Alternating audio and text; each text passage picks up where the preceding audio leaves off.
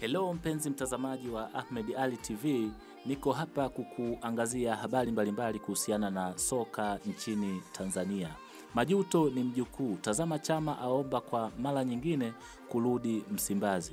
Sina furaha nikiwa Yanga. Haya ni maneno ambayo yamezungumzwa na Chama siku hii ya leo. Chama anapitia kipindi kigumu sana katika kikosi cha Young African. Ukiangalia katika namba yake kuna wachezaji ambao wana kasi, wana spidi na wana uwezo wa hali ya juu kumzidi yeye. Na pia limekuwa kama ni chaguo la pili la kocha wa Young African, tofauti kabisa na alivyokuwa Simba.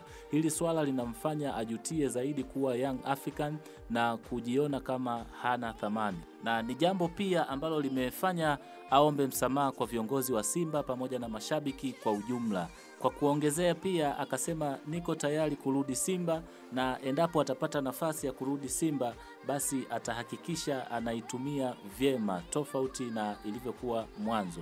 Vipi kama shabiki wa kweli unasemaje?